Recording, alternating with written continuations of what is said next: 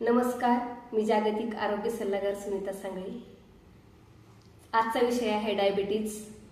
तुम्हाला हे डायबिटीज आहे का, किंवा तुम्हाला ही भीती वाटते का की मला डायबिटीज होऊ शकतो म्हणून? तर चला, मी तुम्हाला याच्यावरती खूप छान मार्गदर्शन देणार आहे।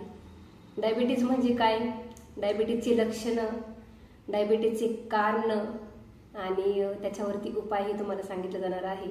तुम्ही अजिबात घाबरायचं कारण नाही। तुम्हाला जर डायबिटीज असेल, शुगर जर असेल, त्याच्यावरती मी तुम्हाला 100% विलास सांगणार आहे आणि तो विलास तुम्हाला परफेक्ट तुमच्या कामाला येणार आहे, विदाउट मेडिसिन।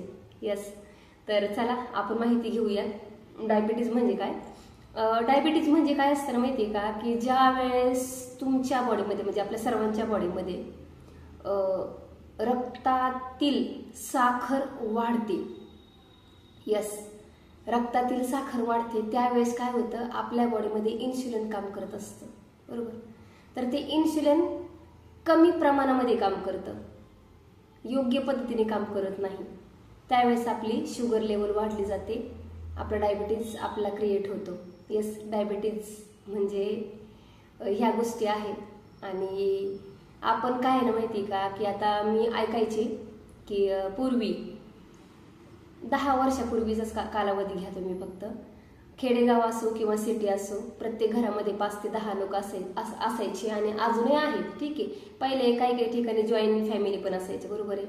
पण पहिलं शुगर हे ऐकायला नव्हतं, साखर ही ऐकायला येतच नव्हती। ओके, डायबिटीज ऐकायला येत नव्हता, कोणतेही आजार ऐकायला येत नव्हते। आता काय झाले, लोकसंख्या वाढली, अन्नामध्ये पेस्टिसाइडचं प्रमाण जास्त वाढलंय, लोकांना जे काम करण्याची त्यांची पद्धती आहे ती बदललेली आहे, बैठी जीवनशैली आहे, त्यामुळे पण होतं। किंवा काही काही शेतकरी पण असतात की त्यांनी काम करून पण त्यांना शुगर लेवल वाढते, कारण की त्यांना व्हिटॅमिन डिफिशियन्सीमुळे आणि मेंटल स्ट्रेसमुळे त्यांना शुगर लेवल त्यांची वाढत असते, त्यांना डायबिटीज होतो। यस, तर ह्या सगळ्यांसाठी आपण उपाय काढलेला आहे आणि तो उपाय तुम्ही नक्कीच तुम्हाला सांगणार आहे। यस, तर आता काय आपलं काय करायचं माहिती का, आता डायबिटीजचे प्रकार आपण बघणार आहोत। यस, डायबिटीजचे 3 प्रकार आहेत। डायबिटीजचा पहिला प्रकार आहे टाईप 1 डायबिटीज।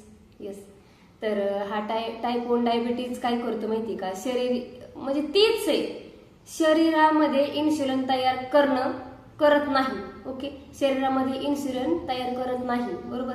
आणि बहुतेक जास्तीत जास्त लहान मुलांना, लहान वयाच्या व्यक्तीला हे डायबिटीज क्रिएट होतो।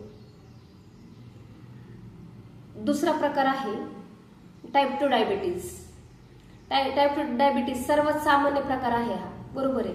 पण याच्यात शारीरिक इन्सुलिन जे आहे ना, ते योग्य प्रकारे काम करत नाही। आणि प्रकार आहे तिसरा, गर्भावस्थेमध्ये राहतो तो, कारण की ज्या वेळेस लेडीजला गर्भधारणा होते त्यावेळेस तिला डायबिटीज तयार होतो, किंवा त्याची प्रसूती होते, डिलिव्हरी होते, त्यावेळेस तिला व्हिटॅमिन डिफिशियन्सी, हार्मोनल इम्बॅलन्समुळे तिच्या बॉडीमध्ये जी रक्तातली साखर आहे ती वाढली जाते आणि इन्सुलिन जे आहे ते काम करत नाही व्यवस्थित, त्यामुळेही तिला डायबिटीज होतो, त्यावेळेस तिला डायबिटीज क्रिएट होतो। ओके, आता आपण त्याचे लक्षणं बघणार आहोत। येस, तर डायबिटीजचे लक्षणं मी तुम्हाला सांगतेय की डायबिटीजचे लक्षणं काय आहेत। वारंवार आपलं तहान लागणं, कितीही पाणी प्या घशाला कोरड पडते बघा। वारंवार भूक लागणं, कितीही खाल्लं तरी पोट भरतं, टेम्पररी पोट भरतं, पण कालांतराने 1-1.5 तासानंतर काय होतं, आपलं पोट पुन्हा हळूहळू कमी व्हायला लागतं, म्हणजे भूकेचं प्रमाण जास्त वाढतं, बरोबर। त्यामुळे काय होतं की आपला डायबिटीज क्रिएट होतो, आपलं वजनही वाढलं जातं, बरोबर।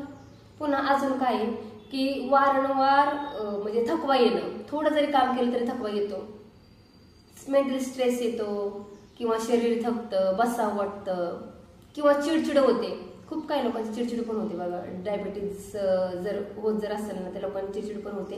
आणि अजून एक शेवटचं आहे की जखमा जर व्हायला लागल्या ना ते जखमा भरून निघत नाहीत। हा झाले डायबिटीजचे लक्षण।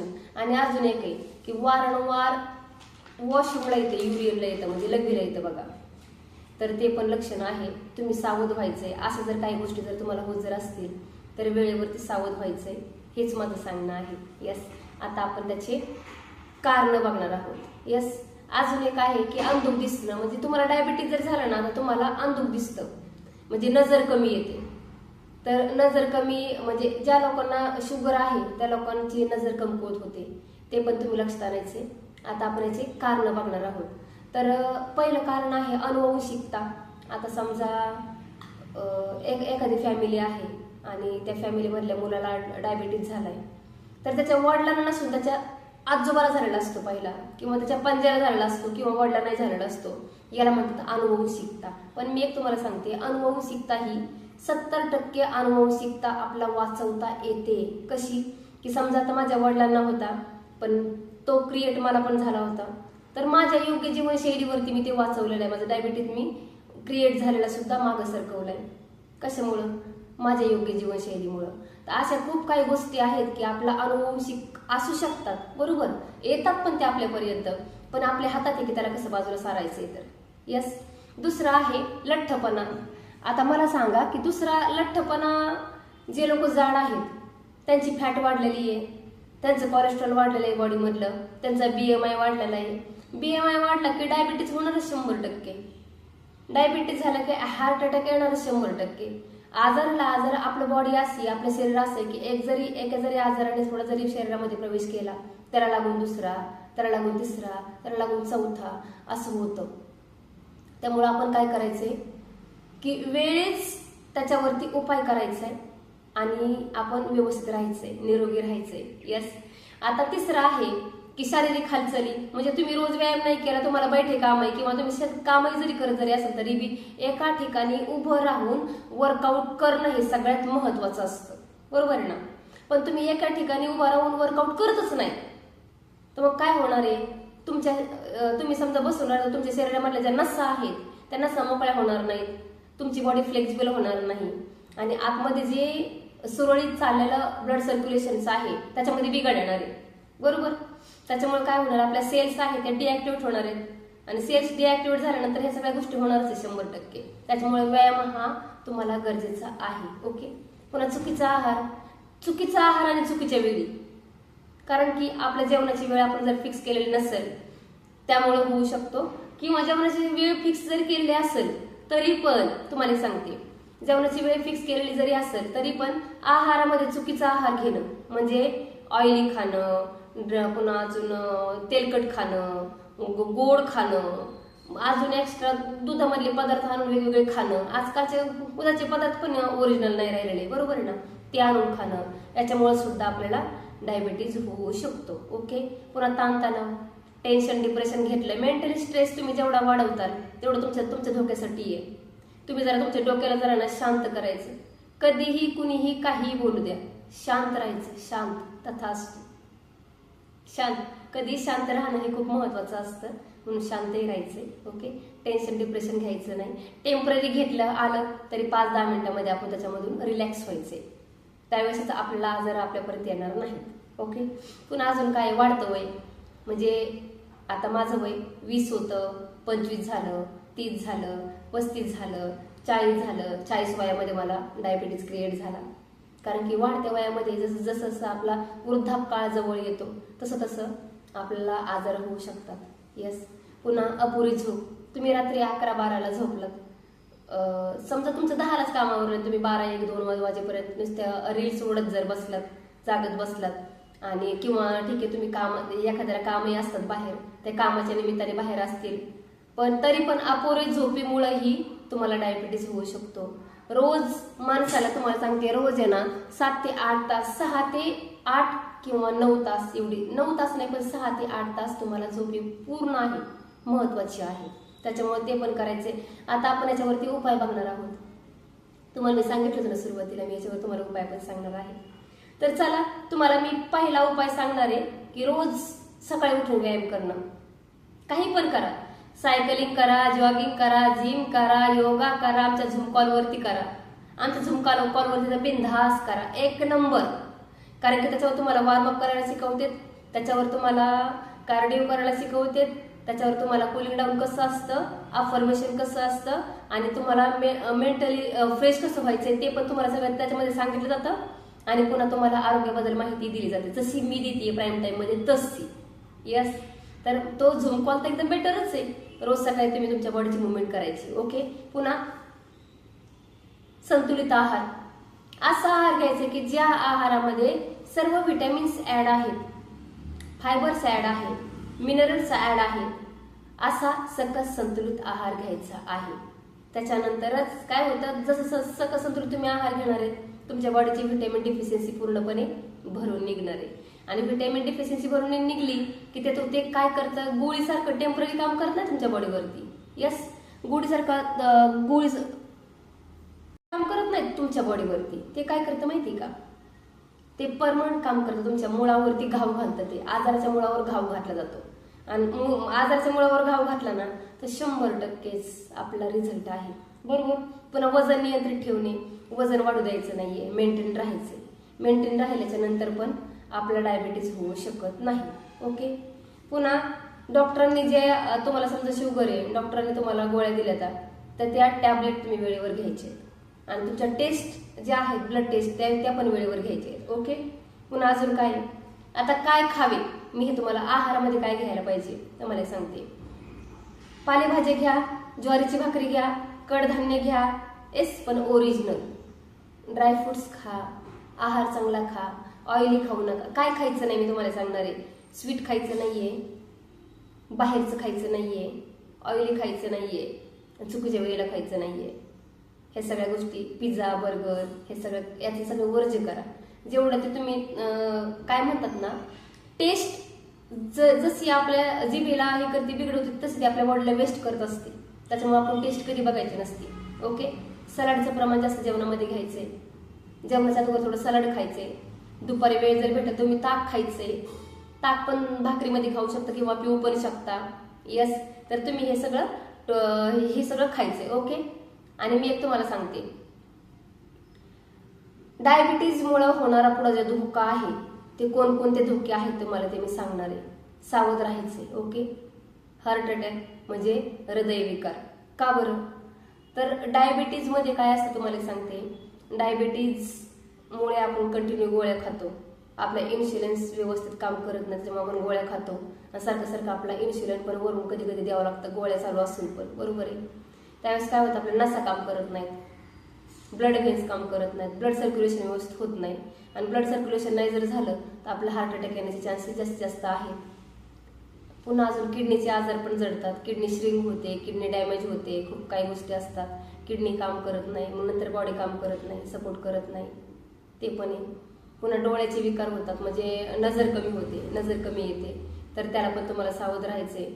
पुन्हा पायाचा त्रास वाढतो, म्हणजे पायाच्या वेदना, हातपायाला मुंगे येणं किंवा समजा कमरेमध्ये दुखणं किंवा मणक्यात गॅप पडणं, हे सगळ्या गोष्टी होतात. कारण की नसा कमजोर झाल्या की ह्या सगळ्या गोष्टी होणारच आहे. बरोबर आहे. आता मी एक तुम्हाला याच्यावर मार्ग सांगणार आहे आणि तुम्हाला असं सांगणार की डायबिटीज असेल तर घाबरायचं नाही, अजिबात घाबरायचं नाहीये. डायबिटीज हा आपल्या योग्य जीवनशैलीमधून आपला सुधारवता येतो. कसा, आता मी एक तुम्हाला सांगते, माझा अनुभव सांगते. 7 महिन्यापूर्वी, 7 महिन्यापूर्वी माझे वडील ज्यावेळेस गेले म्हणजे त्यांना पण शुगर होती आणि ते पण हार्ट अटॅकनेच गेले. तर मी गावी गेले होते 3 आठवडे, 1 महिना. मी मग स्वतःकडे लक्ष दिलं नाही आणि सारखं टेन्शनमध्ये असायचे. कारण की जी गोष्ट गेली ना त्या गोष्टीची खंत होती. कारण की मी खूप काही लोकांच्या आरोग्यामध्ये आतापर्यंत बदल केलेला आहे. मला एक दुःख वाटायचं की मी लोकांच्या आरोग्यामध्ये बदल केलाय, पण मी माझ्या वडिलांच्या आरोग्यामध्ये बदल करू शकले नाही. आणि माझे वडील जाण्यासारखे नव्हते, वय त्यांचं 62 होतं. मग तुम्ही विचार करा, ज्या वडिलांचा मला आतापर्यंत सपोर्ट होता त्यांचा सपोर्ट पूर्णपणे पाठीमागचा निघून गेल्यानंतर काय होणार आहे.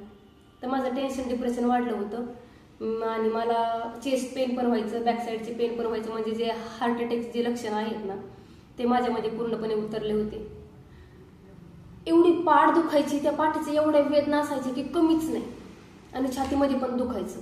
मी गावी पण 2 वेळेस हॉस्पिटलमध्ये गेले, टॅबलेटने काहीच फरक नाही पडला. मी इथं आले, पुण्यामध्ये आले आणि इथे मी ब्लड टेस्ट केली. अगोदर विचार केला की हॉस्पिटलमध्ये जाऊन फरक नाही पडला, मग ब्लड टेस्ट करावी. मी ब्लड टेस्ट केली आणि मला त्याच्यामध्ये डायबिटीज क्रिएट झालेला दाखवला. डॉक्टरांना रिपोर्ट दाखवला. डॉक्टरांनी काय सांगितलं की तुम्हाला टॅबलेट चालू करावं लागतील, नाहीतर मग जास्त वाढेल. तर मग डॉक्टरांना सांगितलं की सर, मी आरोग्य सल्लागार आहे आणि मी खूप काही लोकांमध्ये बदल केला. माझ्याकडे काही शुगर पेशंट पण आहेत, त्यांना कंटिन्यू गोळ्या चालू असून पण त्यांना वेदना व्हायचा, त्रास व्हायचा. आणि मी तर मला क्लिअर फरक पडू शकतो विदाऊट गोळीचा. डॉक्टर म्हणले ठीक आहे, तुम्ही तुमची इच्छा. मी पुन्हा वापस आले आणि मी पुन्हा कंटिन्यू 3 महिने रोज व्यायाम, रोज व्हिटॅमिन डिफिशियन्सी बॉडीमध्ये भरून काढणारा सकस संतुलित आहार घेतला, जेवणामध्ये बदल केला आणि जेवणाची वेळ एकच ठेवली. 3 महिन्यानंतर पुन्हा मी ब्लड टेस्ट केलं तर माझ्यामध्ये माझी जी शुगर लेवल होती ती नॉर्मलमध्ये आली होती. पुन्हा मी त्या डॉक्टरांकडे गेले, त्यांना नेऊन दाखवलं. त्यांना आनंद झाला. त्यांना वाईट नाही वाटलं की गोळ्या, डॉक्टर वाईट नसतात पण मजबुरीने तुम्हाला गोळ्या द्याव्या लागतात, बरोबर आहे ना. तर माझ्या डॉक्टरांना पण आनंद झाला. म्हणले वाव, खरंच अमेझिंग रिझल्ट आहे, असंच तुम्ही लोकांच्या आरोग्यामध्ये बदल करा आणि मीही करतो असं म्हणले. आणि त्यांनी नंतर आपला सकस संतुलित आहार चालू केला. आणि आम्ही पण म्हणजे आता सध्याला मला शुगर नाहीये आणि व्हिटॅमिन डिफिशियन्सी पण होती, D vitamin deficiency, 12 vitamin deficiency होती, ती पण नाहीये. हा झाला माझा स्पेशली समजा माझा जो रिझल्ट आहे तो मी सांगितलाय. म्हणजे मला एकच सांगायचंय की तुमच्या योग्य जीवनशैलीमधून तुम्हाला तुमचं जे आजारपण आहे ते घालवता येणार आहे पूर्णपणे. यस, तर आपण पुन्हा भेटूयात नेक्स्ट सब्जेक्टमध्ये. नेक्स्ट सब्जेक्ट असंच मी तुम्हाला सांगणार आहे. आणि आता मी माझी ओळख करून देते. मी सुनीता सांगळे आणि मी माझ्या हॅपी फॅमिलीमध्ये बरोबर 4 वर्षापूर्वी आले होते. माझं वजन होतं त्यावेळेस 85 किलो आणि सुरुवातीच्या 4 महिन्यातच वजन जास्त असल्यामुळे काय झालं होतं माहिती का, मला वजन जास्त असल्यामुळं मला PCODचा त्रास चालू झाला होता, मला मायग्रेनचा त्रास चालू झाला होता. मी माझ्या मेंदूच्या तपासण्या पण केलेल्या आहेत, MRI केलेला आहे, CT स्कॅन केलेला आहे, पण त्याच्यामध्ये काहीच नव्हतं निघलेलं. मला मूळव्याधाचा पण खूप त्रास होता, पोटाचा विकार होता, त्यामुळे ते पण त्रास चालू झाला होता. मला गुडघ्याचा पण त्रास होता आणि मणक्याचा पण होता. जसं मी हेल्दी फूड घेतलं, माझं हेल्दी ब्रेकफास्ट घेतला आणि रोज व्यायाम केला, तसं 4 महिन्यामध्ये माझं वजन पण कमी झालं. 28 किलो वजन कमी केलेलं आहे मी. आणि नंतर मग त्या वजनासोबत बोनसमध्ये सगळेच माझे आजारी गेले. माझा PCODचा पण त्रास निघून गेला, माझी व्हिटॅमिन डिफिशियन्सी भरून निघली, मला वारंवार हॉस्पिटल लागायचं ते पण आता नाहीये. तर हे सगळं झाले फक्त माझ्या आहारामुळे, माझ्या कोचमुळे. माझ्यामध्ये एवढा अमेझिंग ट्रान्सफॉर्मेशन झालंय, तर ते फक्त त्यांच्यामुळे झाले. आणि तुम्ही 100% करू शकता. तुम्हाला जर शुगर असेल किंवा शुगर होण्याची जर भीती जर असेल, त्रास जर ते लक्षणं जर दिसत असले तर डॉक्टरांकडे जाऊन चेकअप करा किंवा ब्लड टेस्ट करून घ्या. महिन्याला 6 महिन्याला एकदा टेस्ट करून घ्यायची. काही जरी काळजी असेल तरी सगळ्या ऑल बॉडीची टेस्ट करून घ्यायची. आणि नक्कीच हॅपी राहायचंय, हेल्दी राहायचंय, आनंदी पण राहा आणि निरोगी पण राहा. Yes, thank you so much.